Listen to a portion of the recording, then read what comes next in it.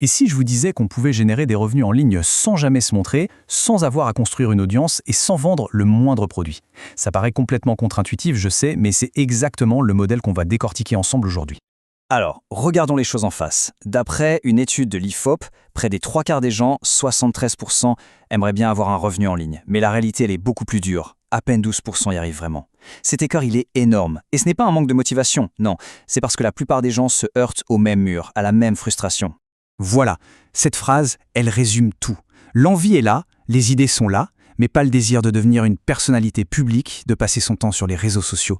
C'est un obstacle tout à fait légitime, et comme on va le voir, on peut tout à fait le contourner. Ok, première partie. Analysons un peu pourquoi le modèle traditionnel de blogging, celui que tout le monde a en tête, est en fait une sorte d'impasse pour une écrasante majorité. Le modèle classique, sa logique est implacable. Pas de trafic, pas de revenus. Point. Et pour attirer du monde, il faut créer du contenu non-stop, se battre avec Google pour être visible, animer des communautés. Franchement, c'est un cycle épuisant qui peut prendre des années avant de rapporter le moindre centime, si ça arrive un jour. Et je ne parle même pas des obstacles techniques. Le SEO, la complexité de WordPress, les tunnels de vente. Pour quelqu'un qui débute, le rêve se transforme souvent en un véritable casse-tête. Mais alors, et c'est là que ça devient vraiment intéressant, il existe un autre modèle. Un modèle qui opère en coulisses, loin des projecteurs, et qui, vous allez voir, ne dépend absolument pas du nombre de visiteurs. La question peut sembler complètement folle, n'est-ce pas? Comment un blog qui n'est lu par personne peut-il avoir de la valeur? Eh bien la réponse, elle se trouve dans un concept fondamental du fonctionnement d'Internet.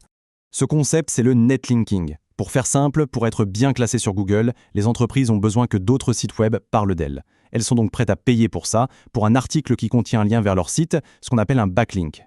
Pour Google, ce lien, c'est comme une recommandation.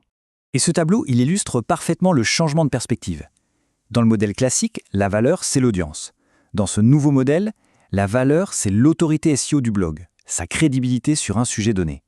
On passe d'un besoin de s'exposer publiquement à un anonymat total et d'une attente de revenus qui se compte en années à des gains possibles en quelques mois seulement. Bon, maintenant voyons comment on peut mettre en pratique ce principe de netlinking de manière structurée. Pour ça, prenons un exemple concret qui existe, la méthode Ubili 2.0. Elle a été conçue pour rendre ce processus accessible même quand on part de zéro. L'idée générale, c'est de bâtir un petit réseau de blogs, chacun sur un thème précis. Un système comme celui-ci fournit tout ce qu'il faut, l'hébergement, les outils, les données SEO pro, et surtout un accompagnement humain.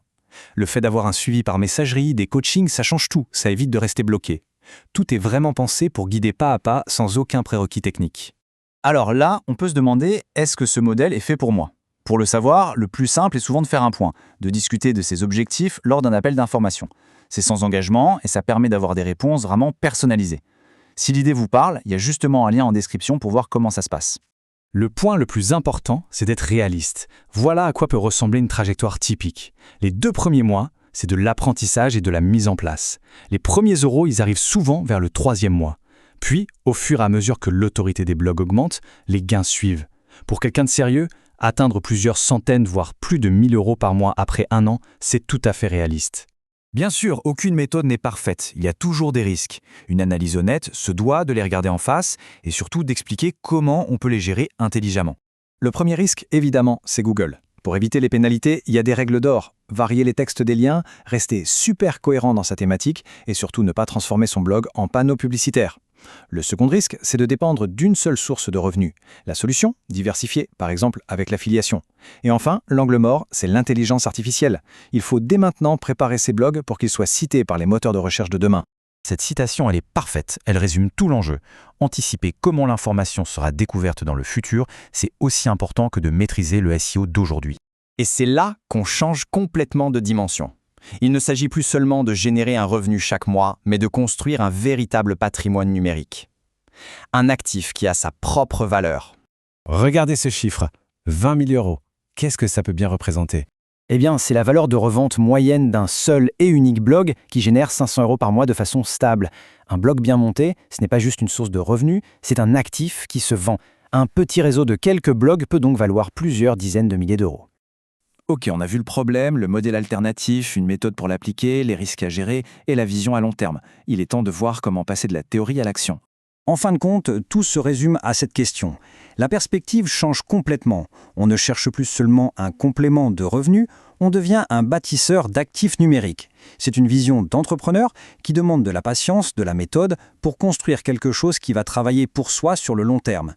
Si cette vision vous parle, l'étape logique, c'est de creuser un peu plus le sujet. Il existe des ressources pour ça. Par exemple, des masterclass gratuites sont souvent proposées pour aller plus loin dans les détails. C'est une excellente première étape, sans engagement, et le lien pour y jeter un œil se trouve dans la description.